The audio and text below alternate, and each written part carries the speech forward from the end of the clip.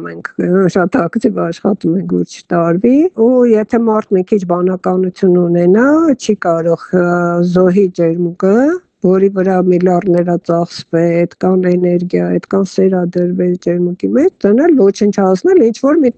կարճաժամկետ մի քանի տարվա ոսկու հանքի համար։ Եթե գիրքը կարդաս, հայրիկիս կհասկանաս, թե նույնիսկ Մոսկվայում այս ժամանակ Խորհրդային Միությունում ոնց են արժևորել ջերմուկի կարևորությունը, որ նույնիսկ պատերազմի տարիներին ֆինանսավորել են, որպեսզի այդտեղ կաթապատում լինի, ինչ-որ բան լինի ու այդ տարիներին դա որպես հոսպիտալ են օգտագործել վիրավորներին եւ այլն։ Ուզում եմ ասեմ, ջերմուկի ջուրը նույն հանքն է, նույն հանք արդյունաբերությունն է, որտեղ գետնի տակից է դուրս գալի։ Դու ոնց ես մի բիզնեսը փոխարինում, որը կայացած է, որը հիմնական գործունեությունն է այդ բնակչության, ու դարձնես ինչ-որ մի բանվորական քաղաք, որը Եվ դեմքն է փոխելու, եւ մարդիկ չեն գալու տեղ հանգստանան։ Մեկը ես, որ ջերմուկի հետ այդքան կապված եմ, ես երբեք չեմ գնա հանգստանալ այնտեղ, որտեղ հանքարդյունաբերություն կա, ու որտեղ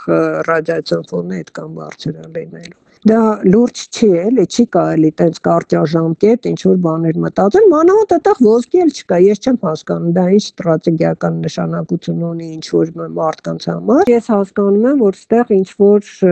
այլ նպատակներ կա, ու ռուսներն էլ են երևի հետաքրքրված, որ դա վերցնեն նորից Ադրբեջանին տան այդ տարածքը։ Հետո մենք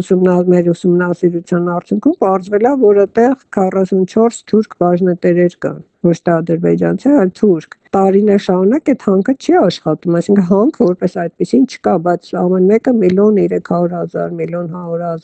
ներդրում արել։ Հենց այնպես այդ գումարները չեն ներդրվում, ուրեմն ուրիշ հեռահար նպատակներ ունեն, որը հանքի հետ բացարձակ կապ չունի։ Ճիշտն ասած, ես բացահայտումներ արել եմ շատ խորը, ու մի օր որ դանակը ոսկորին հասնի, մի ֆիլմի նման մի բան կանեմ, բայց դա կլինի մեր իշխանությունների վերջը, բայց չեմ ուզում ես դրան գնամ, էլի, որտեվ այդ իմ հայրենասիրությունից շատ է պահում ու շատ է բան անում, բայց շատ խորը գնացող արմատներ կա